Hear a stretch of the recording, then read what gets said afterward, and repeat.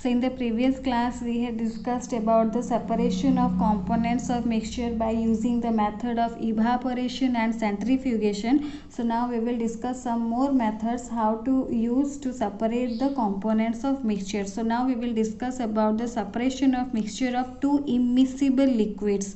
So two immiscible liquids. Immiscible, now here you are getting the term immiscible and the relative term with immiscible is miscible. So we are getting two terms, miscible and immiscible. So you might have studied in the previous class what is miscible and what is immiscible. Miscible means the liquid, when two liquids mix with each other, that is called miscible liquids. But when the two liquids doesn't mix with each other, that is called immiscible liquids. For example, water and milk.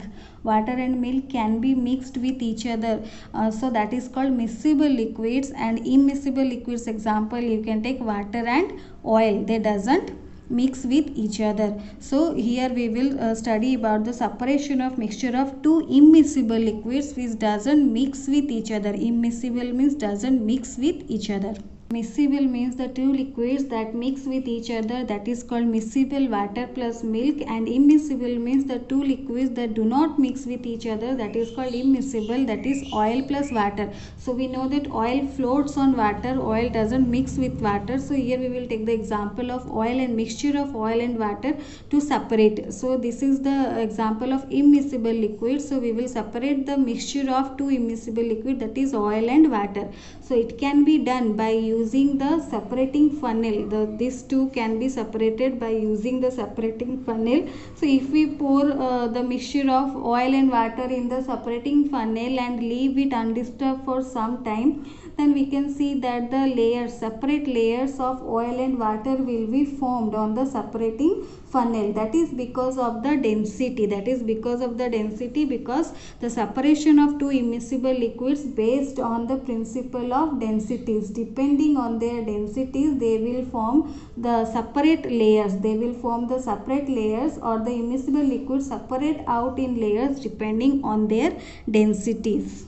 So to separate two immiscible liquids, mixture of two immiscible liquids, separating funnel is used where the separate layers are formed depending on their density. So you can say that the principle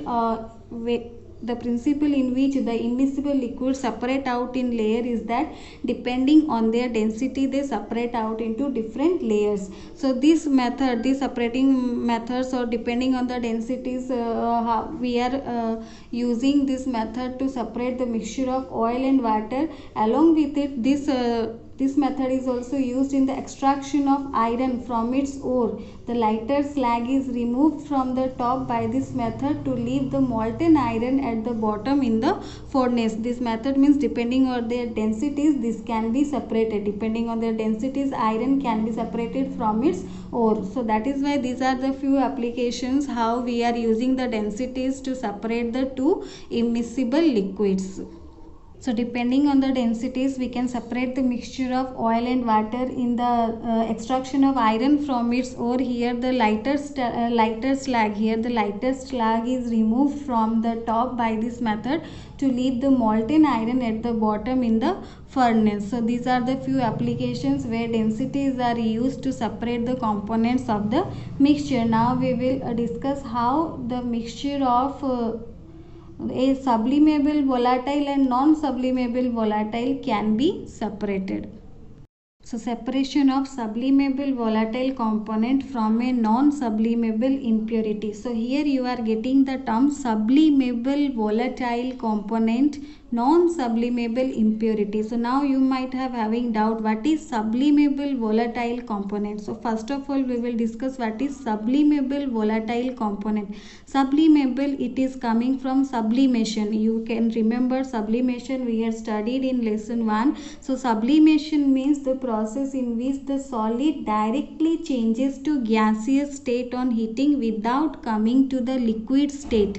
That is called sublimation, means conversion of direct solid from solid to gas without coming to the liquid. That is called sublimation. So sublimable means those who are changing directly from solid to gas, these are sublimable. And volatile means those who are changing to vapor rapidly. I had told you in the previous class, volatile component means the component which can change to vapor very quickly due to heat. So sublimable means the solid which can change to gas from solid directly, and volatile means those who can vaporize easily. So sublimable volatile component is that the substance which is converting from directly from solid to gas, and it is very fast, very rapidly it is evaporating, that is called sublimable volatile component. And there are some sublimable volatile component, like we had studied in the lesson 1 some examples of solid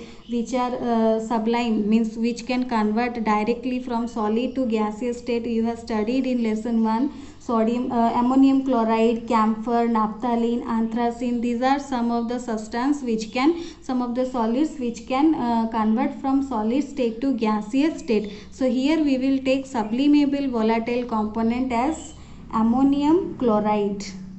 So this is our sublimable volatile component, ammonium chloride. Sublimable because it can convert from directly from solid state to gaseous state, and it is volatile also, that means it is changes to vapor very quickly. So it is a sublimable volatile component. And non-sublimable means which doesn't change to directly to the gas. It is non-sublimable, non-volatile.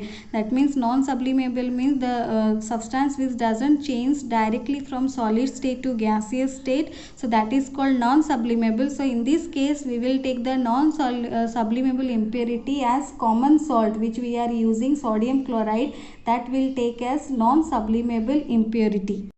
So now we have two components, that is sublimable volatile component is our ammonium chloride, and non-sublimable impurity is our NaCl, we have taken as salt. So this is our volatile, sublimable volatile component that can changes, that means it can change from solid state to gaseous state directly, and it is a non-sublimable impurity, that means it doesn't change from solid state to gaseous state directly. So now we will separate the mixture of these two. So to separate the mixture of these two, we have to use the method of sublimation. We will use the method of sublimation here, because we know that it is a sublimable volatile component, so it can sublime but it will not sublime. So here we will use the method sublimation to separate the mixture of the sublimable volatile component and non-sublimable impurity, that is ammonium chloride and salt. So for that we will take a china dish. In that we will keep the mixture of ammonium chloride and salt.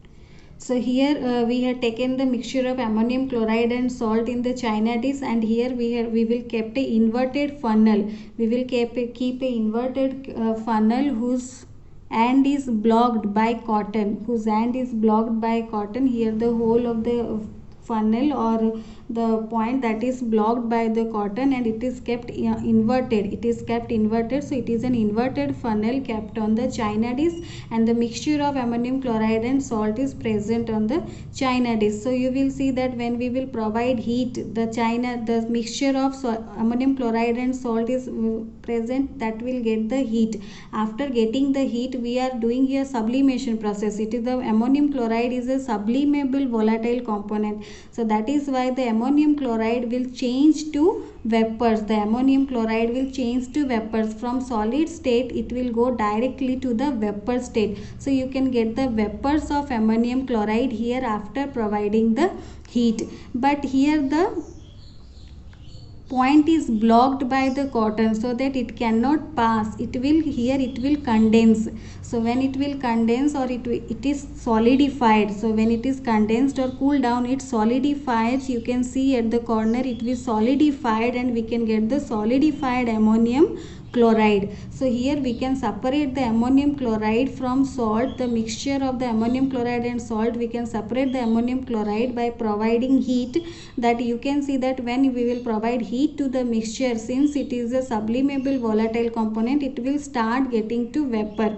So the vapors, we can condense the vapor, or we can cool down, then we can get the solidified ammonium chloride. For that we will use the inverted funnel, so that we can get the solidified ammonium chloride chloride. So here we will separate the ammonium chloride from the mixture of ammonium chloride and salt, and this process is called sublimation. This process is called sublimation. Here we are using the method sublimation to separate the sublimable volatile component and non-sublimable impurity from their mixture. We are using the method of sublimation, where we are providing the heat and the sublimable substance is converting to vapor directly, which we can condense, and we can get the solidified ammonium chloride, and the salt will be remaining there because it cannot it is not sublimable, so it will not change directly from solid to gaseous state. But the ammonium chloride is a sublimable volatile component. It will